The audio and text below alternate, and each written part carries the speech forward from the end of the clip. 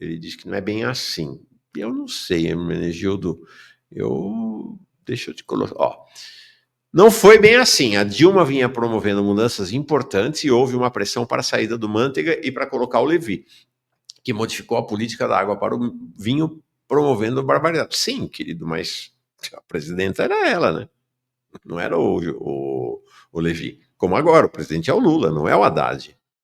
E tem a assinatura dela nessa criação do cartão de crédito do consignado. Não me consta que alguém colocou um revólver na cabeça da Dilma para ela assinar esse cartão de crédito do consignado.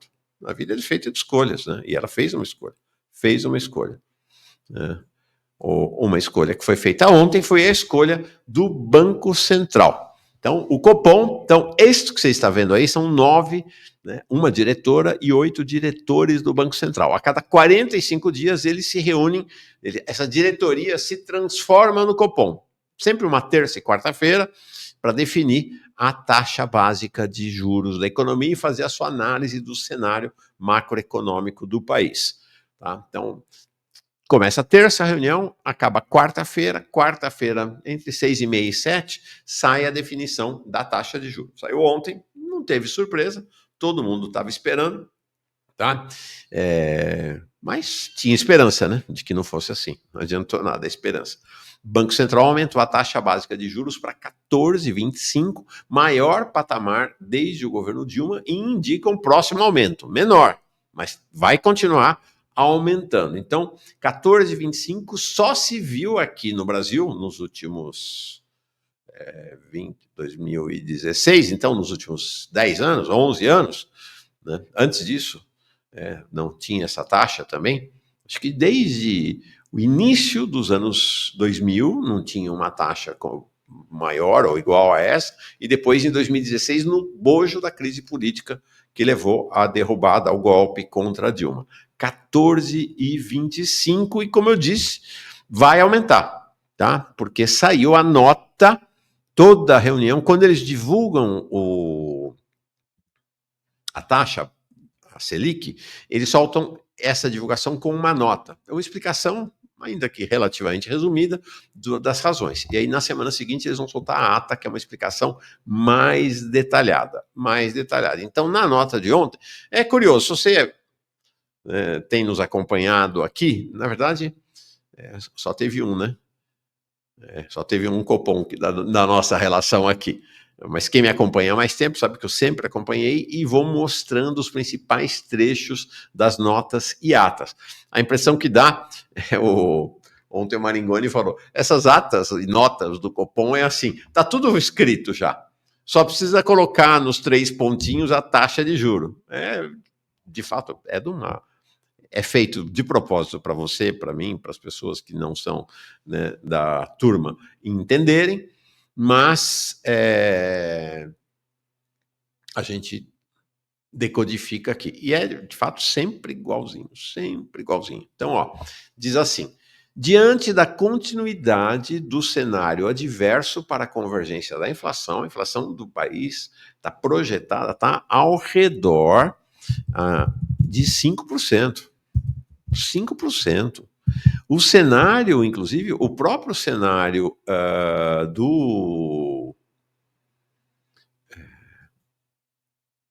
a inflação está em 5% atualmente. 5% atualmente. A própria previsão dos malditos, né, do Boletim Focus, do chamado mercado financeiro, é de chegar estourando em 6%. Em 6%. Então não tem descontrole nenhum da inflação. Nenhum descontrole da inflação. Vamos ver aqui, o último boletim, inclusive, do Boletim Focus, indicou até uma queda da inflação, uma projeção de queda da inflação. Olha aqui, ó, projeção deles para o IPCA em 2025, 5,66%. A inflação do Brasil hoje está nessa faixa de 5%. Como é que essa turma vem dizer que tem um cenário adverso para a convergência da inflação? A inflação que está subindo, nós sabemos qual é, né? A inflação do preço dos alimentos. Essa está subindo forte, né? Está subindo forte. No passado, a gente dizia que a inflação sobe pela escada e a inflação dos alimentos, a carestia de vida, pelo elevador. Então, diz assim: diante da continuidade do cenário adverso da inflação, da elevada incerteza e das defasagens inerentes ao ciclo de aperto monetário em curso, então eles já estão dizendo, não, estamos num ciclo de aperto monetário, ou seja, um ciclo de subir a inflação, subir a taxa de juros, subir, subir, subir. Isso que se chama ciclo de aperto monetário. Tá? O comitê antevém, em se confirmando o cenário esperado, um ajuste de menor magnitude nas próximas reuniões. Ou seja, vai ter um ajuste, vai ser de menor magnitude, ou seja, não vai ser 1, vai ser meio, vai ser 0,75. Importante dizer que cada 1 ponto percentual. Então, ontem subiu 1 ponto percentual a taxa de juros. Isso é importante. A taxa de juros subiu 1 ponto percentual. Isto quer dizer que o pagamento de juros para os detentores de títulos da dívida pública, que são esses aí, né? São os banqueiros, são os agiotas, são os acionistas da Petrobras, são isso, os bilionários, milionários, ricos, muito ricos do país. Cada 1 ponto que aumenta, que o Banco Central aumenta a taxa de juros, vai para eles automaticamente 50 bilhões. 50 bilhões por mês. Toda essa conversa fiada aí do Haddad de cortar custo, cortar o orçamento primário, com uma penada. Se em vez de subir 1 ponto percentual na taxa de juros, você cortar 1 ponto percentual na taxa de juros, você vai ter uma economia maior do que, por exemplo, a arrecadação que eles estão esperando com aumento com a efetivação de um imposto de renda para as elites do país. Ou, por exemplo, só para vocês terem uma ideia, quanto foi o corte do Bolsa Família nesse orçamento agora de 2025? Quanto foi o corte? Eles enfiaram a faca no Bolsa Família. 7 bilhões. 7 bilhões. Você entendeu? Cortaram 7 bilhões do Bolsa Família. Estão entregando, este mês agora, mês que vem, 50 bilhões para as elites do país. 50 bi. É disso que se trata. E na próxima vai aumentar meio, 25 bi. Vai aumentar 0,75. 25 vai 40. É isso aí, né? 35 bi. É isso. É isso. É um Bolsa Família. É um Bolsa Família para milhões e milhões e milhões. É BPC isso. É nesse nível o negócio. Para esse grupinho, que é um grupinho de 100 mil pessoas, talvez. Tá, tem gente que fala, não, porque tem gente de classe média alta que compra os títulos. Então, vamos de 1 milhão de pessoas, 2 milhões de pessoas. É chocante. Então, vamos lá. Para além da próxima reunião, então não basta a próxima reunião daqui a 45 dias, que será em maio, né? Não basta. O comitê reforça que a magnitude total do ciclo de aperto monetário, portanto o ciclo vai continuar, será ditado pelo firme compromisso de convergência da inflação à meta e dependerá, ou seja, eles acham que eles vão com essa taxa de inflação fazer a projeção da inflação do ano cair de 5 para 3, que é a meta absurda, né, que a turma do Haddad, Tebet e Galípoli estabeleceram uma meta absurda. Se o Brasil tem uma inflação histórica de 5% e sempre conviveu, por que botar uma meta de 3%? É para isso mesmo, né? É para dar a narrativa para o Banco Central e elevando a taxa de juros.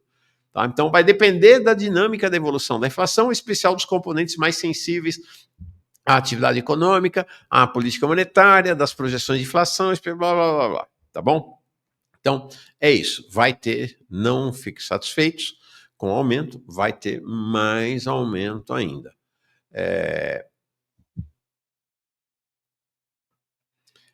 Ontem, o mercado, chamado mercado, né? Essa turma aí, da Faria Lima, com o pessoal da Febraban, dava como certo, estava tudo resolvido. Então, eles chamaram o dia de ontem de super quarta-feira. Por que super quarta-feira? Porque nos Estados Unidos foi a reunião do FED, né? Vocês vão dar para ler ali, né?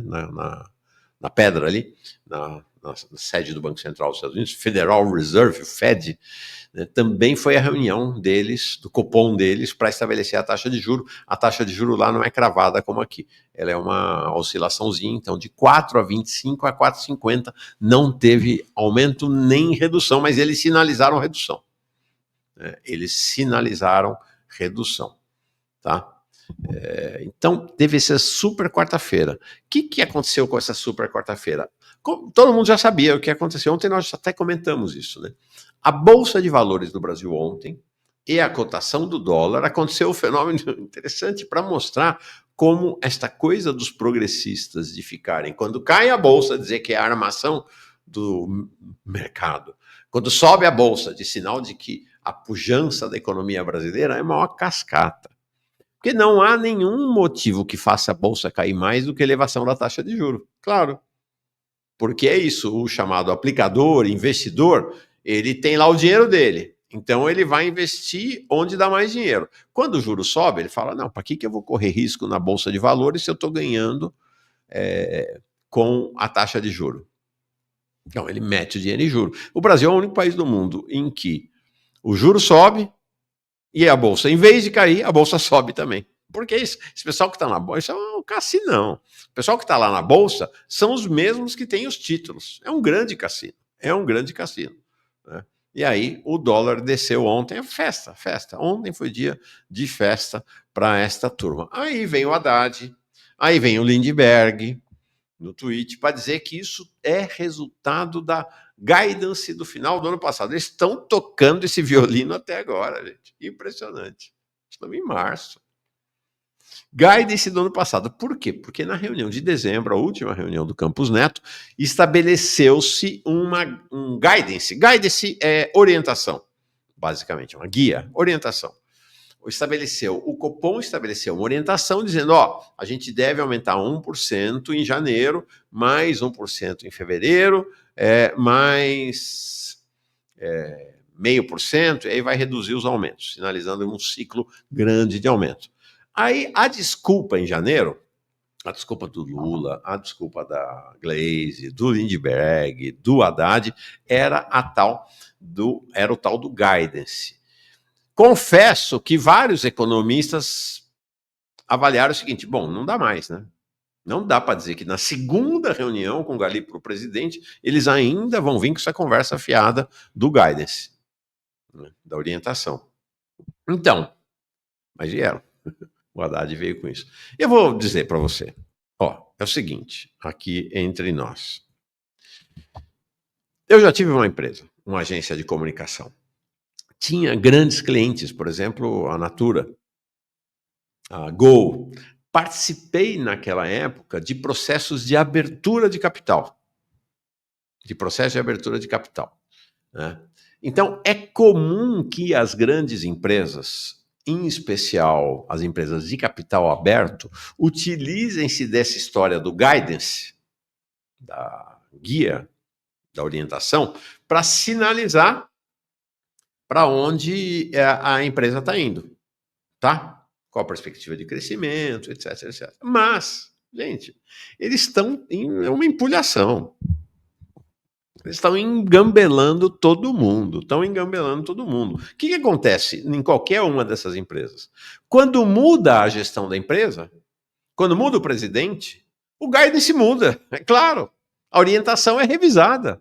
Porque você mudou a orientação da empresa, você mudou a direção da empresa, mudou o presidente da empresa, mudou o CEO da empresa, como queiram, né? Aí muda a orientação. Então, é uma mentira, é uma empulhação que eles ficam empurrando para o país. É evidente que não tinha problema nenhum você alterar essa tal de guidance. Não tem nada, não tem obrigação. Ninguém tem obrigação, nenhum gestor tem obrigação com um guidance ou com uma orientação ou com uma meta, porque ela não está escrita na pedra. Então é isso, é uma cascata, assim, o Haddad está engambelando, ele está tentando engambelar todo mundo. Diz aqui o ML Borges, a rede vizinha, TF, está vergonhosa, virou um tipo de Globo do governo Lula. Não sei a quem você se refere, mas está aí. Tá? Explica direito o que é essa tal de guidance. Então é isso, ó. Erlinton, mais uma vez. Guidance nas empresas de capital aberto, que tem papel, ações em bolsa, primeiro, não é obrigatório. Tem empresa que divulga o seu guidance, a sua orientação, o seu norte, sua bússola, tem empresa que não divulga. Primeiro que não é obrigatório. O Banco Central, inclusive, ao longo da história, em geral, não divulga. Em geral, não tem guidance. Não tem guidance, né? Não, o Banco Central é raro o Banco Central dizer, ó, na próxima reunião vai ser isso, na outra reunião vai ser aquilo. Não é usual no Banco Central. Então, é essa orientação. Por quê? O que ele está dizendo, para você que é meu acionista, que compra para papéis da minha empresa, é por aqui que eu estou indo. Esta é a previsão que eu estou fazendo. Então, isso se chama guidance. Tá? Então, estou projetando crescer tanto esse ano, estou projetando crescer tanto. Agora, o que acontece? Não dá certo, né? Muitas vezes não dá certo, muitas vezes os acionistas, o conselho de administração resolve mudar a gestão da empresa, mudar o CEO, isso é super comum, super comum. Quando muda a gestão da empresa, muda o guidance. Muda o guidance. Não, Eli, não, obrigado. A hora muita gente não sabe o que é. Não, tudo bem, estou aqui exatamente para explicar. Quando muda, então, a administração da empresa, a gestão, o CEO, o presidente da empresa, o guidance muda, claro, porque entra uma nova gestão, tem uma nova visão. Aqui não. Eles usam essa empulhação do tal do guidance, né? Ele, ontem, o Lindbergh, a mesma coisa, com essa conversa fiada. Bom, como é que Lula e Gleisi, que toda a reunião do Banco Central, desde janeiro de 2023, na gestão Campos Neto, tinha comentário do presidente Lula e da Gleisi caceteando o Campos Neto. Vamos ver o presidente Lula? Presta atenção. Tem hoje a maior taxa de juro real do mundo. Sem nenhuma explicação. Sem nenhuma explicação. Um país do tamanho do Brasil, com inflação de 4%, o juro não precisava estar, sabe, na altura que está. Esse país, veja, eu fui trabalhador de fábrica, eu cheguei a pegar inflação de 80% ao mês. Nós temos 4% ao ano, ou 3,9% ao ano, ou 4,5%. Ou seja, com 4% de inflação ao ano, dá para guardar dinheiro embaixo do colchão. Acontece que esse rapaz que está no Banco Central, me parece que ele, não sei do que ele entende, mas ele não entende de Brasil e não entende de povo. Ele só tem uma lógica. Eu não sei a quem que ele está servindo. Eu não sei. Sinceramente, eu não sei. Aos interesses do Brasil, não é. A lógica pela qual foi aprovada a autonomia do Banco Central também não é. Porque se você pegar a lei que aprovou a autonomia, a lei diz que ele tem que estar preocupado com a inflação, com o crescimento econômico e com geração de emprego. Perfeito, né? Então, Mas isso não foi ontem, não. Isso não foi ontem, não. Ontem o presidente ficou quietinho, piano, apoiando. Isso aí era jogo político no tempo do Campos Neto. Isso aí ele falou lá num dos momentos do Campos Neto, quando a taxa, inclusive, Selic, era bem menor do que essa agora. Bem menor do que essa agora. Agora ficou quieto. Agora não abre a boca. Não abre a boca. Era uma simples... É importante ter clareza de como as coisas acontecem. Era simplesmente uma arte, era uma montagem política que Lula faz com maestria, sabe muito bem como fazer isso, que era, eu caceteio o Campos Neto com a mão esquerda. Com a mão direita, Haddad, você vai lá e faz o jogo combinado com ele. Porque foi todo o jogo combinado. Todas as alterações, exceto todas as alterações da taxa de juro do Banco Central durante a gestão Campos Neto no governo Lula foram consenso na diretoria. Tá? Como eu disse, teve uma em que houve uma redução, inclusive, da taxa, em que foi reduzida a taxa em 0,25 e o Galípolo, naquele momento eram mais 2 indicados pelo governo, votaram para reduzir meio, só. Só. O resto, o tempo todo em que desceu e depois subiu a taxa de juros, Galípolo e a turma lulista no Banco Central, lulista e haddadista, votou com o Campos Neto sem nenhuma divergência. Não era isso. Lula jogava para a plateia, fazendo a crítica do Campos Neto, e o Haddad e a Simone Tebet e o Campos Neto faziam o jogo jogado. Inclusive, eles se reuniam no Conselho Monetário Nacional para combinar tudo. Tudo combinado, gente. Tudo combinado. Tanto que é isso. A questão ali não era a questão da política econômica. A questão ali era esta ideia dos progressistas de criarem este antagonismo com a extrema-direita. Estão fazendo isso agora. Né? Bolsonaro. Nós somos os maiores inimigos dos fascistas no Brasil. Mas esta lógica progressista aí do governo Lula é Bolsonaro, enquanto a boiada vai passando, enquanto a boiada neoliberal vai passando. É este o jogo, é assim que a coisa funciona. Então não teve Glaze, não teve... A Glaze olhei agora, um pouquinho antes de começar aqui, né? Porque a Glaze era assim, tweets tonitruantes contra o Copom e as decisões e o Campos Neto, toda a reunião. Não tem tweet nenhum dela, ministra, que feio, ministra, que feio. E aí, agora líder do PT na Câmara, o Lindbergh, foi preocupado com a taxa, mas é o guidance.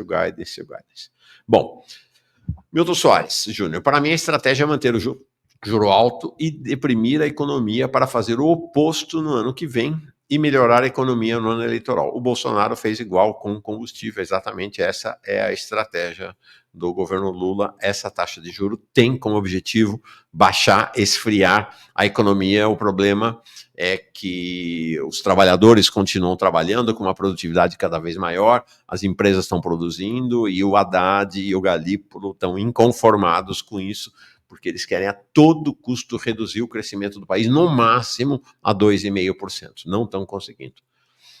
Bom dia, Mauro, diz o André Silva. Então, para Lula, o Campos Neto não entendia de Brasil, mas o Galípolo sabe, pois é, o Galípolo entende muito de Brasil e faz exatamente a mesma coisa que o Campos Neto fazia.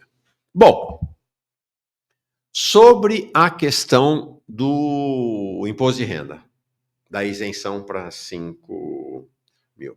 Como eu disse, foi um assunto, olha, procurei o Paulo Clias, a gente conversou ao longo do dia, aí ontem à tarde, ele já estava com uma visão, ele vem aqui, inclusive, para conversar com a gente. Tá? O Decache também, falei brevemente com ele, mas todo mundo ainda tateando, querendo entender melhor essa decisão do governo. É o que eu falei ontem aqui. A decisão, ela tem como objetivo conquistar apoio dos setores médios para tirar o governo dessa draga em que ele está em relação à popularidade. É basicamente este o objetivo da decisão. Tá? E eu vou dizer já, né? Porque é claramente este o objetivo da decisão. Não é uma coisa ideológica, né? Porque o governo é de esquerda. Não, já explico já. Eu vou ler aqui eu vou contar o milagre, mas não revelo o santo, porque eu não tenho autorização para isso. Esta é uma opinião de um ex-ministro petista de quatro costados, fiel a Lula, sobre esta decisão em relação ao imposto de renda. Então, não sou eu que estou falando, tá? Eu estou lendo um texto, então, vamos dizer assim, em off, de alguém que não autorizou que seja revelado o seu nome, mas que é isso, é ex-ministro, tá? E é petista raiz. Diz assim, ó, vou dar meu parecer sintético sobre essa proposta do imposto de renda à pessoa física, que teve bom impacto político no curto prazo. Veremos se esse impacto resiste aos ventos e trovoadas do parlamento. Minha opinião conceitual é que a equipe da Fazenda acaba de inventar uma nova fruta, a jacabuticaba, cruzamento de jaca com jabuticaba, ou uma jabuticaba do tamanho de uma jaca. Explico, não há nada no mundo sobre imposto de renda parecido com isso. Ele diz, e continua. Vai colocar os setores médios acima de 7 mil, né, quem recebe acima de 7 mil reais, fulos da vida, ele usou outra palavra, com o governo, pois não terão alívio nenhum. depois de anos sem correção da tabela. Vão continuar pagando a alíquota nominal de 27,5%, enquanto recebedores de dividendos permanecerão isentos até R$50 mil por mês. Entendeu, né? Essa lógica, o governo fazendo a maior propaganda de quem recebe 600 mil por ano, 50 mil por mês, vai começar a pagar um impostinho aí. Mas quem recebe até 50 mil, recebe juros e dividendos até 50 mil, continua livre. Então, se você, não é o caso de você é a figura de linguagem. Se a pessoa recebe R$590 mil por ano de juros e dividendos, vai continuar sem pagar nada. Tá? Acima de 50 mil, portanto 600 mil por ano, que é o valor que eles estão martelando, quem vive do trabalho pagará 27,5%. Quem vive de dividendos pagará no máximo 10%. Deu para entender? Então, se você tem um salário de 50 mil por mês, é raríssimo que isso aconteça, mas existe, né? Vai pagar 27,5%. Se você recebe juros e dividendos nesse mesmo valor, vai pagar no máximo 10%. Politicamente, continua ele, o governo mandou uma proposta que imagino está calculada para ser neutra, ou seja, mandou o que deseja ser aprovado, ignorando que nada entra no Congresso e sai do mesmo jeito. O Gumota já avisou lá na reunião, né, no lançamento do projeto, que o Congresso vai mexer. Perdeu a oportunidade de politizar o debate sobre a injustiça tributária e colocar uma proposta mais avançada e deixar para o Congresso reduzir. O governo falou, é isso. É o que a Erika Hilton e o governo está fazendo em relação ao fim da escala 6x1, né? Em vez de colocar o fim da escala 6x1, colocar a demanda da escala 4x3 e lutar por isso para eventualmente negociar no caminho, não, já abriu mão. Já virou escala 5x2. Né? É a Simone Tebet e a Erika Hilton na mesma vibe. É o que ele está dizendo aqui. Né? Então, perdeu a oportunidade de politizar o debate, ou seja, fazer uma proposta mais radicalizada, uma proposta que atenda mais os interesses dos trabalhadores e efetivamente dos setores médios do país para negociar. Não, já colocou uma proposta tipo 5x2, rebaixada, e o Congresso vai rebaixar ainda mais, inevitavelmente. Não farei esse diagnóstico fora do debate do nosso campo político. E torço para estar errado, mas, então, por isso, mantenho no anonimato esta pessoa. E aí, é o seguinte... Amanhã vai ser bem interessante o debate amanhã, Breno e Jones, até para tentar mensurar o que é neoliberalismo e o que não é. Né? Porque o que o pessoal progressista diz aquele governo Bolsonaro era neoliberal. Nós não. Os progressistas em geral. O Breno diz, não, é meio neoliberal, meio desenvolvimentista. Então, mas o que é esta questão? O que define? Então precisa ter cautela. Precisa ter cautela. Porque, olha só, em 2021, então, antes de iniciar o processo eleitoral e tudo aquilo que o Bolsonaro fez em 2022, o Paulo Guedes... é incrível, eu não sabia, não me lembrava disso, fiquei chocado ontem. O Paulo Guedes fez uma proposta de taxação de dividendos mais radical ou mais avançada do que a do Haddad. Incrível. Que é o que falou essa liderança do PT aí. Por que bota uma proposta tão rebaixada assim? O Haddad está propondo, então, taxar dividendos acima de 50 mil. O Paulo Guedes propôs acima de 20 mil. O Haddad está falando em taxação de, no máximo, 10%. O Paulo Guedes falava de taxação de 20%. Tem algo de estranho, cara. As coisas são muito estranhas. E ele ainda dizia, a alíquota de 20% sobre dividendos é muito modesta. É muito modesta. Né? Aí a argumentação dos progressistas governistas, não, mas ele fez isso e não aprovou. Nós estamos propondo menos e vamos aprovar. Bom, vamos ver se vai aprovar, né? Vamos ver se vai aprovar. Né? O Apoena aqui dizendo assim: como assim não sabe o que é o neoliberalismo? Está escrito no consenso de Washington. Que viagem, comunista, isso aí mesmo. Querido, eu vou te falar uma coisa, Apoena. Figura de linguagem, ironia, são recursos que a gente usa. O que caracteriza o neoliberalismo, que surge lá no Consenso de Washington, de fato, nós sabemos disso aqui, o que caracteriza o neoliberalismo é o esmagamento, a destruição do Estado. É isso, essa é a grande característica do neoliberalismo. Então você vai olhar governo Temer, governo Bolsonaro, como é que essa destruição acontece?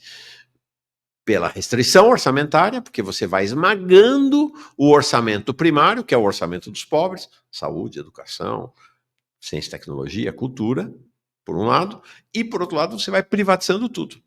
Privatizar não está lá, né? Eletrobras, refinarias e tal. O que o governo Lula faz? Mantém a restrição orçamentária, esmaga, fiscalismo, né? Restrição orçamentária cada vez maior, corte sobre corte, e mantém o processo de privatização em outro formato. Né? Muda aquele formato das privatizações tradicionais e agora lança o maior programa de PPPs e concessões da história do país. Além da privatização, né? Porque, o governo Lula não privatizou a Eletrobras. Não, claro, já está privatizada, né? Tinha prometido que ia lutar contra. Isso seria uma posição anti-neoliberal, né? Ia reverter a privatização. Não só não reverteu, como fez o acordo. Vamos conversar daqui a pouquinho com o Ícaro Chaves, tá? Mas está privatizando as companhias de água e saneamento, que não tinham sido privatizadas ainda. As companhias de água e saneamento, com exceção da Sabesp, que estão sendo privatizadas, são todas elas feitas com modelagem e recursos oferecidos pelo BNDES, que até onde eu sei é do governo Lula. Bom, por sinal, o presidente do BNDES é o Aloysio Mercadante, até onde eu sei é do PT. O segundo homem do BNDES é o Nelson Barbosa, ex-ministro da Fazenda do governo Dilma. E aí o Aloysio Mercadante, para mim, foi chocante isso. Foi um dos momentos chocantes aí. Né? Chá revelação, né? Deu uma entrevista para a Folha, histórica, criticando a privatização da Sabesp. Sabe por que ele criticou a privatização da Sabesp? Não é porque ele é contra. É porque ele falou, não, eles não contrataram o BNDES para tocar a privatização, para cuidar da privatização, e por isso a privatização da Sabesp está sendo feita por um preço mais baixo do que a gente conseguiria. É isso. Isto é neoliberalismo. Né? Isto é neoliberalismo.